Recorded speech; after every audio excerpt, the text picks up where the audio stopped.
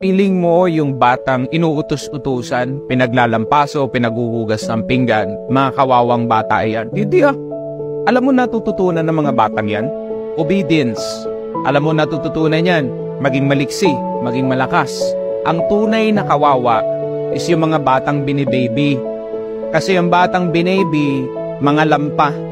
Mga batang binaby, mga iyakin yan. Mga walang alam gawin sa mundo.